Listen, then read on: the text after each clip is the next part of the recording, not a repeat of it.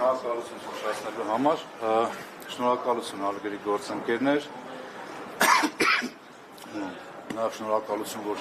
մասնակցում եք եւ լուսաբանում եք այսօր մեր միջոցառումը։ Մեր միջոցառումը նվիրված է փաստաբանների իրավունքների պաշտպանության կոնվենցիային։ Շուրջ արդեն 2 ամիս է, տարիներ շարունակ քննարկվում էր այս հարցը եւ Եվրոմիության եւ Եվրոխորհրդի մակարդակով արդեն մշակվեց փաստաբանների իրավունքների պաշտպանության կոնվենցիան, որտեղ համրագրվեցին այն հիմնարար սկզբունքները, որոնք աջակցելու են փաստաբանի մասնագիտությանը, աջակցելու են փաստաբանական համայնքին վերպետական մակարդակով իրավունքների պաշտպանության համատեքստում։ Այդ կոնվենցիայի ընդհանուր ստորագրման գործընթացը նախատեսվում է Եվրոպայում մայիս ամսին։ Հայաստանը եւս մեր փաստաբանական պալատը դրական կարծիք է արտահայտել այդ կոնվենցիայի ընդունման կապակցությամբ եւ որպեսզի ավելի պարզ լեզվով ասեմ, կոնվենցիայում ամրագրված են այնպիսի իրավակարգավորումներ վերպետական մակարդակով,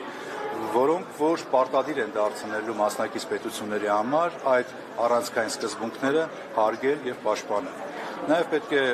մի փաստ եւս արձանագրեմ, հիմնական այն դրույթները, որոնք ամրագրված են կոնվենցիոն մակարդակով, այսինքն կոնվենցիայի նախագծում, արդեն իսկ կան մեր օրենսդրական կարգավորումների շրջանակներում, սակայն կոնվենցիայի անհրաժեշտությունը պայմանավորված է այն հանգամանքով, որ շատ անգամ տարբեր երկրներում, այդ թվում նաև Հայաստանի Հանրապետությունում, տեղի են ունենում որոշակի իրավունքների խախտումներ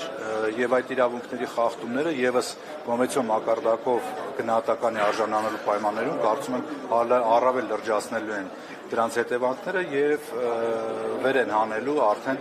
միջպետական համակարգը։ Օրինակ հարկային վարչարարությանն առաջվող խնդիրները դա որևէ կերպ արձանագրվում են ինչ-որ։ Ոչ, հարկային վարչարարության խնդիրները ուրեմն ուղղակի ամրագրված չեն կոնվենցիոն մակարդակում, սակայն կոնվենցիայում ընդհանրական ամրագրվել են այնպիսի փաստաբանական գործունեության այնպիսի երաշխիքներ, ինչպիսիք են արգելքը փաստաբանական գործունեության եւ պետությունները ստանձնելու են պարտականություն, ուրեմն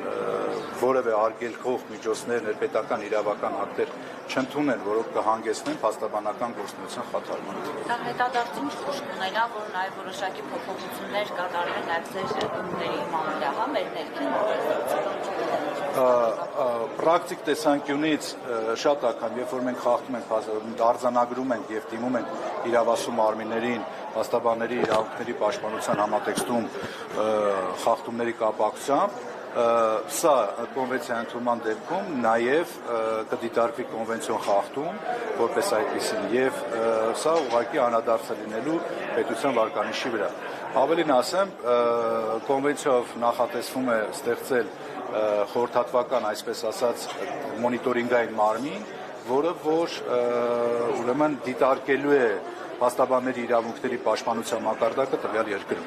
եւ բնականաբար սա ուղղակի անդրադարձ է լինելու պետության վարկանիշի վրա